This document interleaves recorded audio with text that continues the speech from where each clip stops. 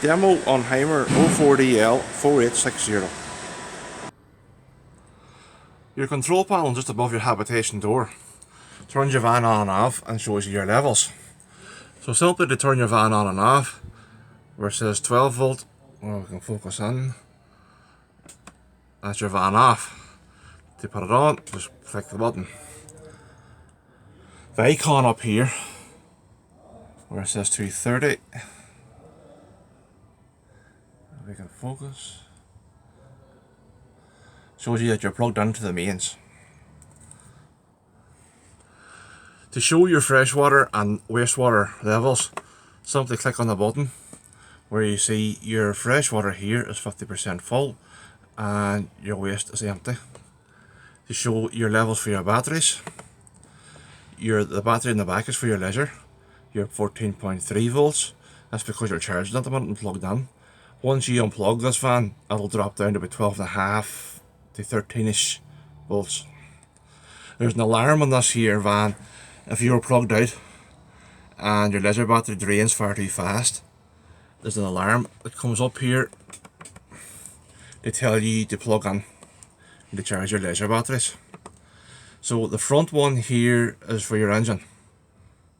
Once you're driving along a road, your leisure battery charges with the engine. So you're getting the benefit of charging your leisure and batteries and your engine battery at the same time. Your heating runs with gas only. So the icon here is for your heating, and the icon below is for heating and warm water. Now it's very slow to use this, both things together. It's easier to use your heating and then you heat your warm water. So simply this button here, this wee knob here, controls your fan speed and your temperature. So if you want to run your heating, just simply turn the knob down to the first flame. Your boiler is in here, so you'll hear it clicking in once it fires up. That's just below your wardrobe. If you just require warm water, simply turn your knob up to 40 degrees or 60. And that's you off. As I said before, this is your boiler. You have a freshwater valve, a frost valve on this as a safety measure. Once the temperature drops below -2, this valve drops and empties your boiler. It stops the frost from getting at the boiler and busting pipes. So make sure this knob is pulled up, as so. That's it opened, that's it closed. If you find you want to fill your freshwater tank of water and run your system, there's water draining here and this knob won't stay up, it's too cold. So run your heating. It's okay to run your heating with this button down.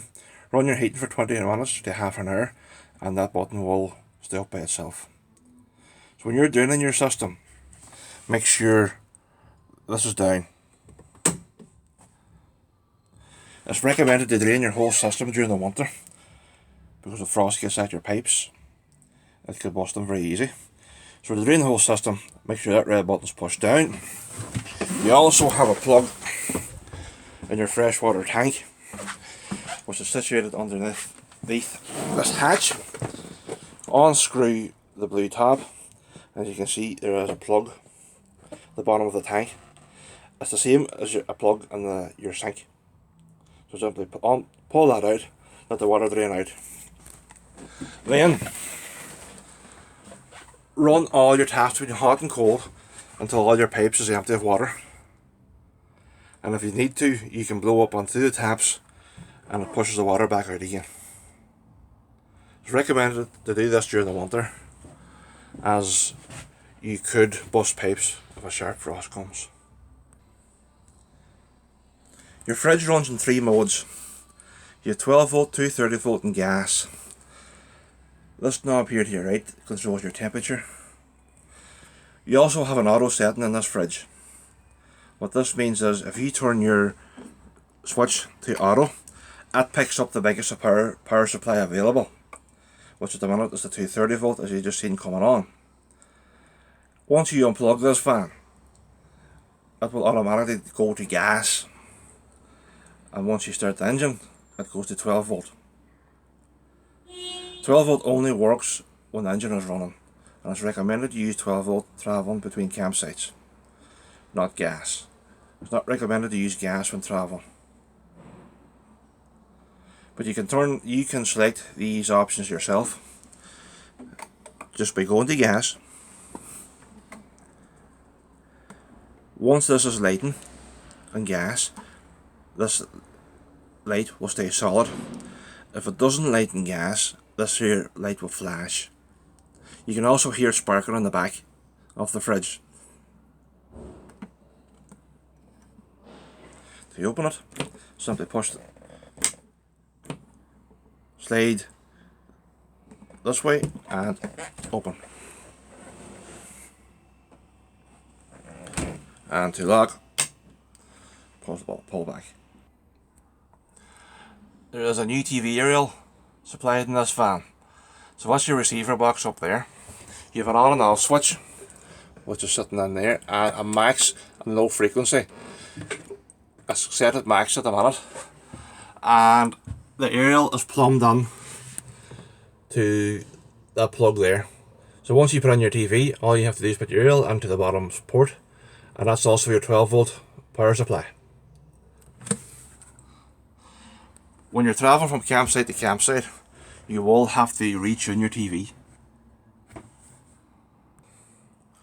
Your bed above the cab, simply lower the two seats forward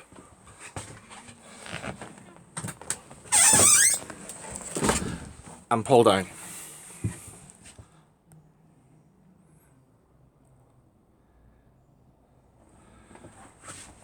To put back up again, just push back up, and you have a seat belt that attaches under here for safety. You then have the two beds at the back. This is your charger box for your leisure battery and your fuse board. Basically anything running on 12 volt, the fuse is located in here. So it's your lights, your TV socket and your water pump, all located in here. It is in a wee hatch just on the passenger side of the van. Your toilet, the way it works, you have a button here. Press the button and that fills with water. Once that's full of water, you can release it. There's a hatch down here on just behind it. Pull that over. It releases the contents into a cassette. Now, then it goes back up again. If that hatch is open, you can't retract your hatch, you can't retract your toilet cassette.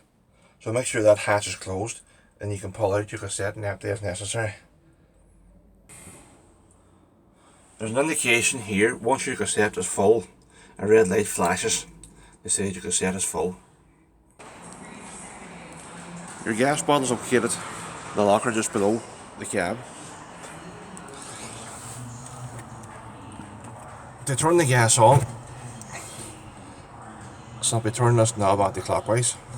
To turn it off, turn it clockwise. I'll just turn the gas off here in a minute. To change your gas, this nut is left hand thread. So to loosen it, you turn it right hand. Just make sure the seal is still in place inside that nut when you're putting it back on. You also have a gas spanner there for that job. You have two leisure batteries in this van. They're located in the locker on the left hand side.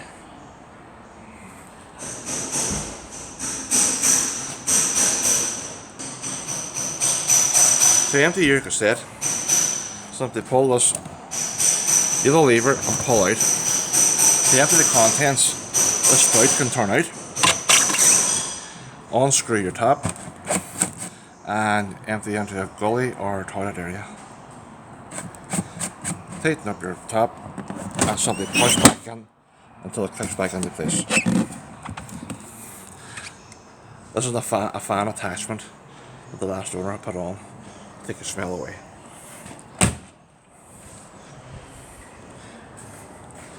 This is where you fill your van with fresh water. To open your lockers from the outside, this one's already open. To lock it, turn the key clockwise and push the latch in, and that's it locked. To unlock it, with the key in, turn and snap. Most of these lockers are the same.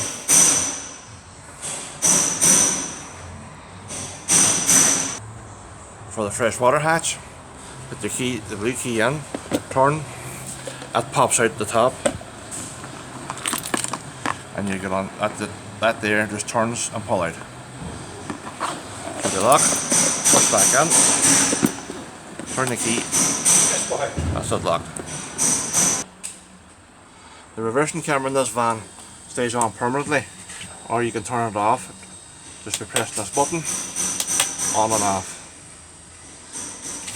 Make sure you turn that off after use, as it can drain the battery. To empty your waste tank, is this grey lever here. Simply just turn anti-clockwise, and it opens up the valve underneath. There's a pipe underneath, like grey pipe, and it empties up your waste tank. To close it off, back clockwise, and that's it closed. These two valves here also empty out your water system inside the tank. Just simply turn them anti-clockwise. They open up two other valves. Make sure they're closed again when you're filling your van, otherwise you have water on the ground.